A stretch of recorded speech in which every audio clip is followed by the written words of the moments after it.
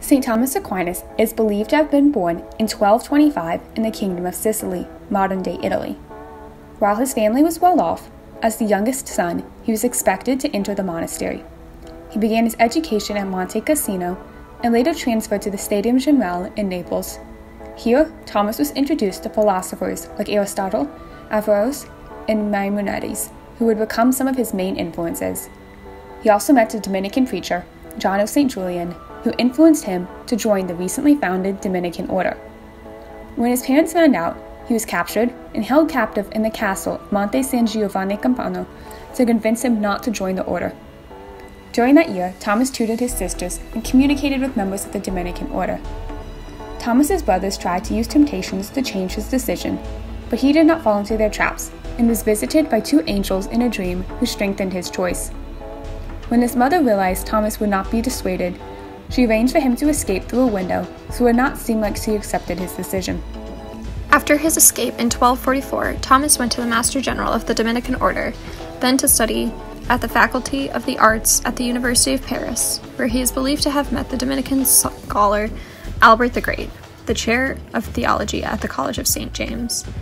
In 1248, Thomas followed Albert to the new Studium Generale, turning down the Pope's offer to appoint him abbot of Monte Cassino. At the new university, Thomas was appointed the master of students. He was quiet and rarely spoke, which led other students to believe he was mentally delayed. Albert went against this, saying, quote, "You call him the dumb ox, but in his teaching he will one day produce such a bellowing that it will be heard throughout the world." Unquote. After his education, Thomas became an apprentice professor and lectured on the Old Testament. During this time, he began writing. In 1252, he went back to Paris to earn his master's degree in theology and studied Peter Lombard's sentences and wrote commentary on it. Over the next 15 years, he continued teaching, preaching, and writing.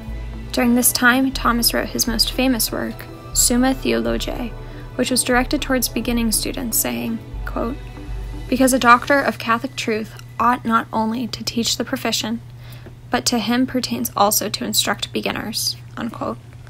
In 1272, Thomas was called by the Dominicans to establish a university and took the regent master post. In 1273, Thomas was seen by a sacristan to be crying and levitating in prayer before an icon of the crucified Christ, the Dominican convent of Naples. During this prayer, Christ is said to have told him, "You've written well of me, Thomas. What reward would you have for your labor?" To which Thomas responded, "Nothing but you, Lord." After this interaction, his writing seemed unimportant to him, and he compared it to straw. On his way to present his works to Pope Urban IV, Thomas hit his head on a tree branch and fell ill. He received his last rites and prayed, "I receive thee, ransom of my soul. For love of thee have I studied and kept vigil, toiled, preached, and taught." He died on March 7, 1274, during a commentary on the Song of Songs.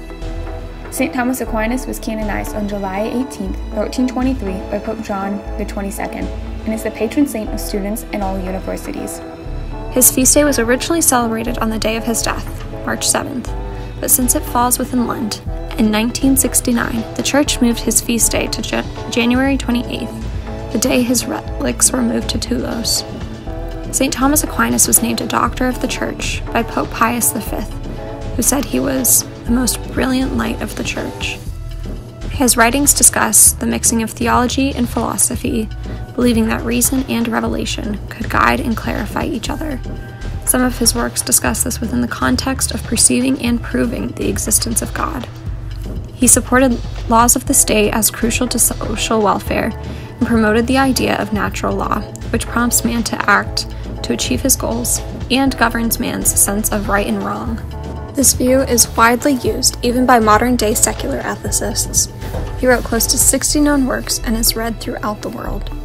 St. Thomas Aquinas, write for us.